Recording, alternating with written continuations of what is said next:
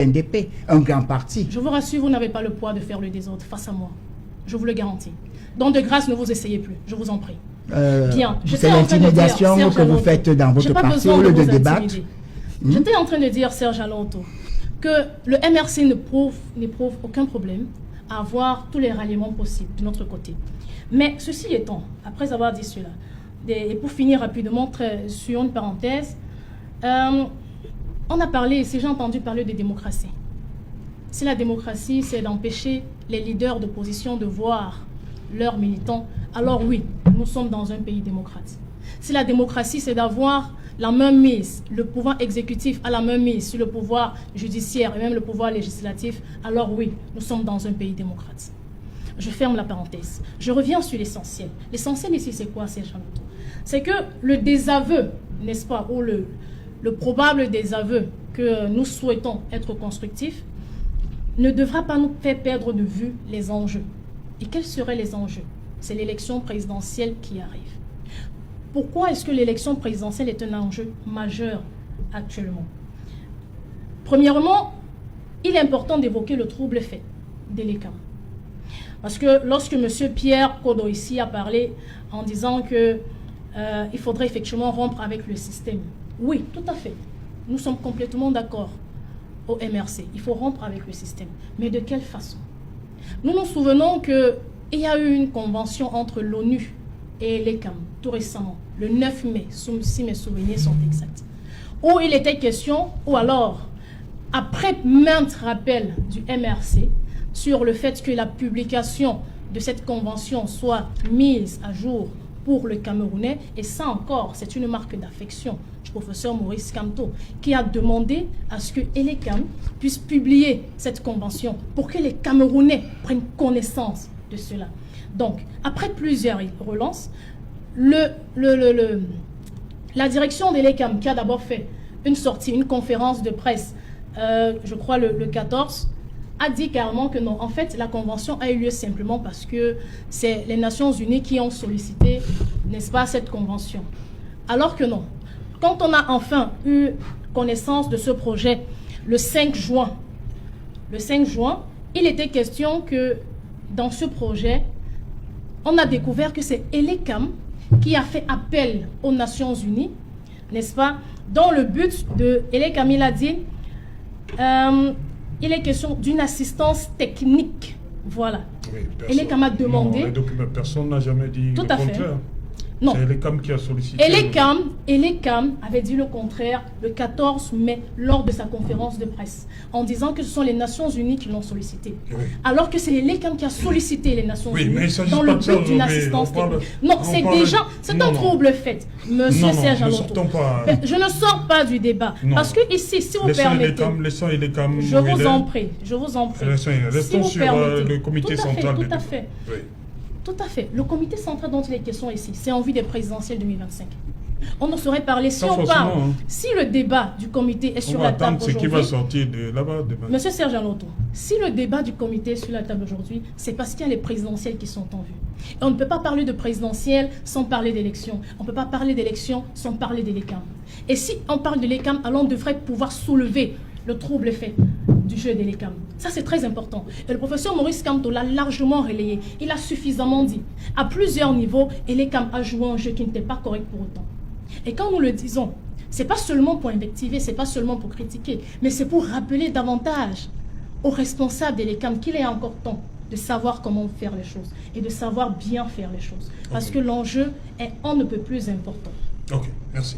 Maître Achille Lodjour, oui, également du côté du SDF, est-ce qu'il y a une démarche qui est entreprise depuis que le ministère a claqué la porte du gouvernement, le FSNC? Est-ce qu'il y a des rapprochements qui pourraient éventuellement s'établir avec déjà le FSNC et peut-être, qui sait, l'UNDP à l'issue de ce comité central? Si jamais le ministre d'État Bello décide lui aussi de se jeter à la course. C'est Jalin. Le SDF est un parti très sérieux qui ne fait pas dans les effets d'annonce. Nos stratégies, nous les implémentons dans un cadre réservé aux concernés, aux responsables. S'il y a un rapprochement, ce ne serait pas le moment. Le parti avisera en temps opportun. Mais rassurez-vous, le SDF reste ouvert à toutes les initiatives tendant à ce que le Cameroun, au soir d'octobre 2025, le calumet de l'alternance. Dans ces gens-là, ce que je peux vous dire actuellement, c'est que il y a beaucoup de démissions au sein du RDPC, je puis vous l'avouer, ces gens-là. Même, je vais arriver là, même au niveau de la base, nous ne faisons pas dans trop de bruit et de publicité, ces gens-là. Ceux qui m'écoutent, par exemple, le coordonnateur départemental du Voré, M. Alain Tongo, SDF que je salue, connaît le travail que nous sommes en train de faire sur le terrain, notamment à Douala-2e, avec les toutes récentes adhésions sortant bien sûr du RDPC. Donc, nous sommes dans un travail de maillage territorial et pas besoin de trop de vous êtes là pour le faire. Maintenant, si M. Issa Tiroma Bakary, comme il l'a dit dans sa lettre aux Camerounais, il a lancé un appel à l'union des forces pour l'alternance. Maintenant, s'il pense qu'il peut également se mettre derrière le président national, honorable Joshua aussi, nous lui tendons la main, nous serons bras ouverts, les stratégies seront mises en place pour que au lendemain d'octobre 2025, si jamais le SDF est le parti qui désormais dirigera le Cameroun, alors que chacun sache ce qui lui revient comme je vais dire suivant les accords d'une plateforme qui pourrait être mise sur pied. Alors, pour ce qui est de monsieur le ministre d'État, pour le moment, nous ne pouvons faire que des spéculations, des projections, parce que c'est demain que se tiendra leur comité central, et c'est demain qu'on pourrait savoir avec exactitude les grandes décisions de ces gens-là. Autre chose, je voudrais préciser à monsieur Yout que, en ce qui concerne une plateforme, une alliance, comme une union, nul ne peut être éternellement tenu dans les liens d'une union. Donc vous quittez, justement, vous quittez quand vous voulez, quitte à ce que l'autre demande des indemnités de quelque nature que ce soit. Parce que You tout à l'heure a dit, vous quittez, on peut prendre quelqu'un de votre parti pour vous remplacer. Quand le parti a dit, nous avons fini avec cette plateforme. Peut-être qu'il voulait parler du gouvernement. Oui, bien sûr. Même remplacer... prendre quelqu'un d'autre du Serge Alain, vous ne la place du ministre Tiroma. Non, c'est pas possible. C'est pas ça la politique. Dans tous les cas, ce serait la politique du ventre. Serge Alain, vous ne pouvez pas moi mettre l'audio. Le RDPC ne peut pas me nommer ministre alors que ma hiérarchie n'est pas d'accord. J'ai une seule chose à faire, soit je démissionne de mon parti, je suis libre, j'accepte la nomination, soit je reste dans la discipline partisane de mon parti. Donc ce que M. Yout dit, c'est de l'esbrouf, ça n'a rien à voir. Lorsque également M. Yout parle de démocratie, je l'invite seulement à lire M. Tiroma Bakary, qui est le ex-allié, à lire ce que lui, le ministre, dit en ce qui concerne la démocratie, donc il devait savoir que le Cameroun est très loin d'être une démocratie. Voilà, Pierre Claver, sur vous également, côté de PURS, est-ce qu'il peut y avoir un rapprochement avec l'UNDP et le FSNC? Nous misons essentiellement sur les masses critiques. Nous ne misons pas forcément sur les leaders, parce que l'action politique devrait être fondée sur une idéologie. Je vous ai rappelé que nous sommes un parti souverainiste et nous défendons les idéaux portant qui tournent autour de la souveraineté. Et cette souveraineté doit se manifester, doit se faire apprivoiser par les masses critiques qui constituent les électeurs.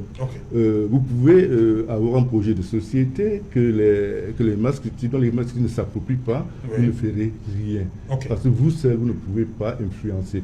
Donc, si jamais tous les électeurs du Cameroun se rapprochent ou alors s'approprient notre projet de société qui est essentiellement souverain, ça veut dire quoi? Ça veut dire que nous nous remettons en question.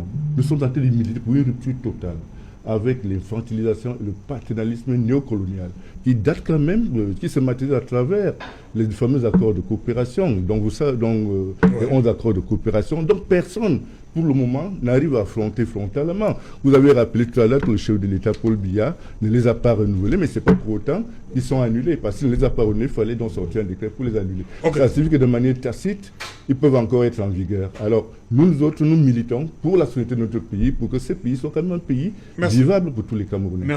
Qu'il est question de libérer le Cameroun de tous ces colons-là qui ont toujours dirigé le Cameroun d'une main de fer. Ce n'est pas moi qui le dis. Monsieur Issa Tiroma Bakary, dans sa profession de foi, de 24 pages, le dit sans embâche. Ces gens-là.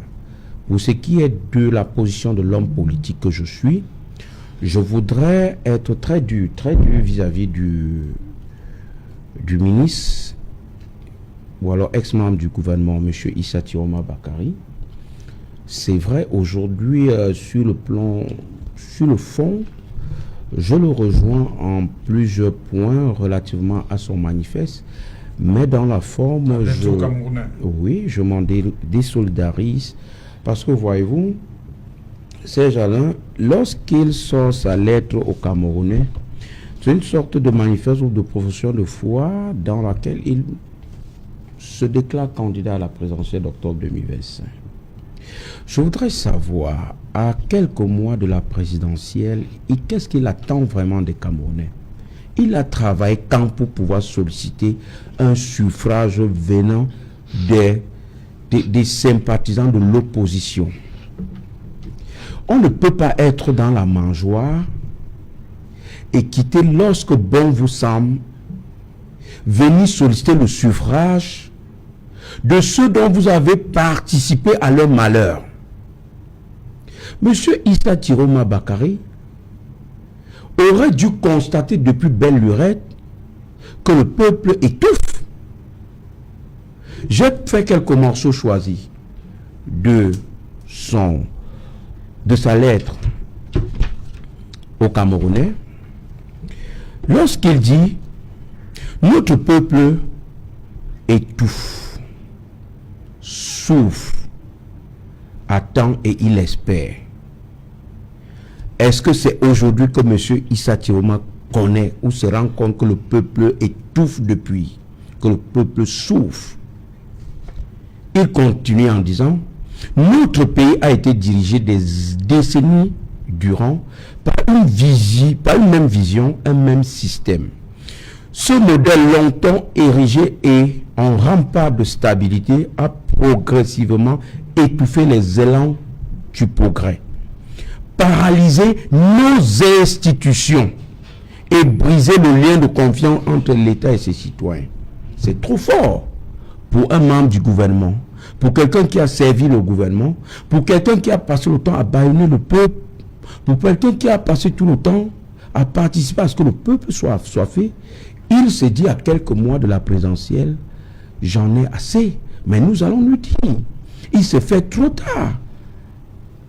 Les anglophones diraient, Mr. Tiroma Bakary, you are a political toilet council. Vous ne pouvez pas venir à quelques heures de la présidentielle faire ce genre de déclaration. Maître.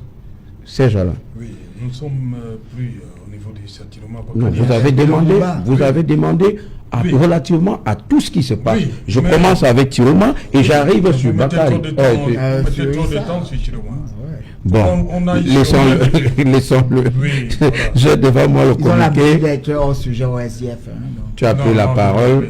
Tu as pris la parole. Tu as été vraiment brillant, je t'ai laissé. Est-ce que, M. Achille-Ledio, est-ce qu'on s'attend comme ça à ce que le ministre d'État Bello Bouba fasse comme Issa Tiroma Bakary pour faire ça? C'est possible. C'est très possible parce que ces gens-là, aujourd'hui, je l'ai dit sur ce plateau, je crois il y a quelques jours, le ministre d'État Maïgari Bello Bouba subit en interne une pression de sa base. Cette réunion, ces assises du comité central, oui c'est ça, du comité central qui aura lieu demain, est une réponse à la forte pression qu'il subit en interne et déjà que son leadership est contesté, si demain, ça ce sont mes prévisions, mes projections, il pourrait y avoir deux situations. Soit se présenter également candidat, je crois que le grand frère Maïdadi l'avait dit, qu'ils sont en train de travailler à ce qu'aucun jeune ne puisse lui barrer la voie pour qu'il soit reconduit. Donc demain, à l'issue de ces assises du comité central de l'UNDP, soit M. Bello Bouba, comprenant sa base, faisant cœur avec sa base, se présente également comme le candidat de l'UNDP à l'élection présidentielle et par ricochet, dénonce l'alliance, la plateforme RDPC-UNDP, ou alors ce sera une cassure, une vraie cassure à l'intérieur de l'UNDP parce que il pourrait, dans la deuxième hypothèse, dire je maintiens mon alliance avec le RDPC et se désolidarise de la base, laquelle base, si le pouvoir est à la base, vous allez voir une sorte de rupture qui n'a pas de nom au sein de l'UNDP.